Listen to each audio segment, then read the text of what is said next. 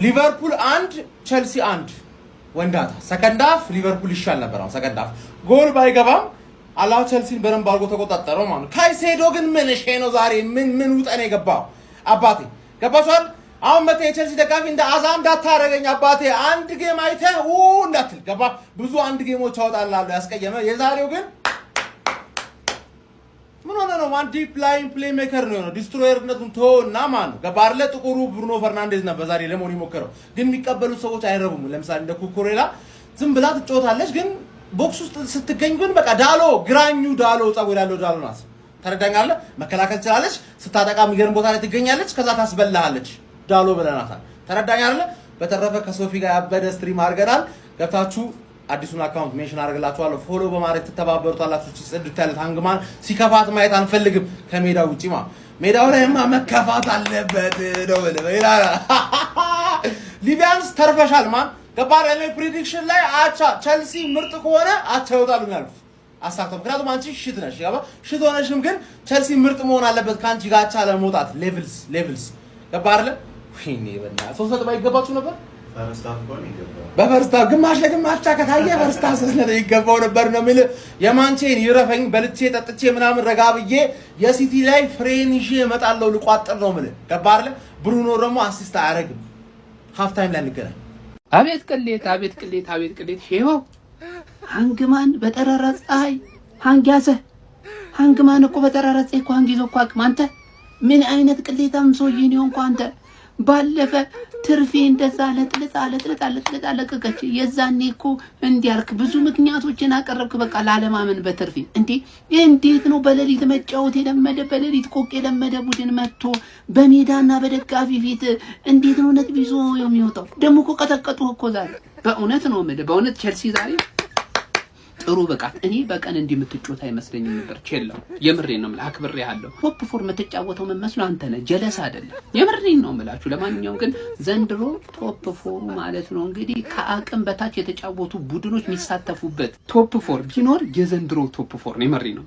ለማንኛውም ቸልሲ 1 ሊቨርፑል 1-1 ተጠናቋል። ጫወታው በጣም ያሳዝናል። እኔ ያዝኛለሁ ይሄንን ጫወታ በማየቴ በምሳ ሰዓት በእውነት ምሳዬን እንዲያቀለሸልሽኝ ያደረገኝ ይመጃል። ለማንኛውም ብለን በዚህ ቼልሲ አቻ ወጣን አይደል? አረ በስመ አብ! አረ እንዴት ነው የሚያሳዝን! አረ ግራቨንበርች ምን አይነት ጎል አግብተህ ያ ጎል ማን ነው? ዴቪድ ቤካም ነው ማልኩኝ ነው የሆነ ሰዓት። አረ አርነ ስሎት አረ ምንድነው እየፈጠርክብን ያለው? አንፊልድ ላይ 6 ነው ምናምን የተሸነፈ ሰውዬ እኛ ጋር መጥቶ 1 ነጥብ ይዞ ይሄዳል አይደል?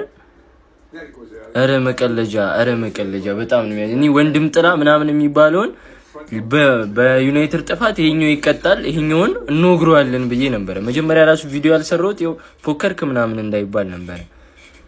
አረ እንዴት ጭስ እንዳልኩኝ በስማ መረ ግራቨንበርች እኔ ስለ ስቦዝ ላይ እኔ አውርቼ አልጠግብም። ስለ ስቦዝ ላይ ግን ግራቨንበርግ ጎል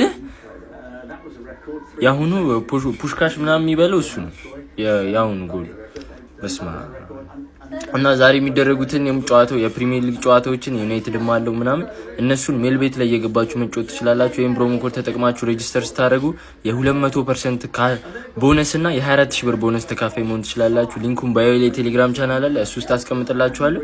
ቴሌግራማችንንም ጆይን አድርጉ እሺ። ተጠባቂው ጨዋታ በአቻ ውጤት ተጠናቋል። ሊቨርፑልን ከቼልሲ በአንፊልድ ላይ ያጋጠመው የ36ኛ ሳምንት የፕሪሚየር ሊግ ተጠባቂ መርሃ ግብር በ1-1 በሆነ ውጤት ተጠናቋል። በዚህ ጨዋታ ላይ ሊቨርፑሎች በግራቨንበርች አማካይነት 6ኛው ደቂቃ ላይ አስቀድሞ በጣም ማራኪ የሚባል ከርል ጎል አስቆጥሮ እንግዲህ ቀዳሚ መሆን ችሎ ነበረ። ከዛ በኋላ ቼልሲዎች 35ኛው ደቂቃ ላይ በኤንዞ ፈርናንዴዝ በቀጥታ ከቅጣት ምት ክሮስ የምትደረግ የምትመስል ኳስን በማስቆጠር አንዳቻ ማድረግ ችሎ ነበረ። ከዛ በኋላ በዛ ውጤት ነበር ጨዋታው የተጠናቀቀው ማለት ነው። ፈርስት ሃፍ ላይ ቼልሲዎች ጎል ከተቆጠረባቸው በኋላ አርሊ ወደ ጨዋታው ለመመለስ ጥረት አድርጎ ነበር። የተሻለም ለመንቀሳቀስ ሞክረው ነበር። ሰከንድ ሃፍ ግን ሊቨርፑል ነበር ተጭኖ ለመጫወት ጥረት ሲያደርግ የነበረው። በጠበቅነው ልክ ኮምፒቲሽን ተመልክተናል ብለን እውነቱን ለመናገር በጨዋታ ላይ በጣም አስቸጋሪ ነው፣ ግን ለቼልሲዎች መልካም የሚባል ውጤት ነው። ከ6 ተከታታይ ጨዋታዎች ሽንፈት በኋላ ነው እንግዲህ ነጥብ ተጋርተው መውጣት የቻሉት ለዛው አንፊልድ ላይ ከሊቨርፑል ጋር ማለት ነው። ሊቨርፑሎች አቻ መውጣታቸውን ተከትሎ በፕሪሚየር ሊጉ በዚህ ሰዓት 4ኛ ደረጃ ላይ በ59 ነጥብ ተቀምጠዋል። አስቶን ቪላ ቀሪ ጨዋታው ማሸነፍ የሚችል ከሆነ 4ኛ ደረጃን ከሊቨርፑል መረከብ መረከብ የሚችል ይሆናል ማለት ነው። ቼልሲዎች በበኩላቸው 49 ነጥቦችን በመያዝ 9ኛ ደረጃ ላይ ተቀምጧል። ኤቨርተንን በተመሳሳይ ቀሪ ጨዋታው ማሸነፍ የሚችል ከሆነ የቼልሲን 9ኛ ደረጃን መረከብ የሚችል ይሆናል ማለት ነው። ለማንኛውም እናንተ ስለዚህ ጨዋታ ምን ትላላችሁ? ሀሳባችሁን አጋሩኝ። የፕላስ ምልክቱ መጫ እንዳትረሱ።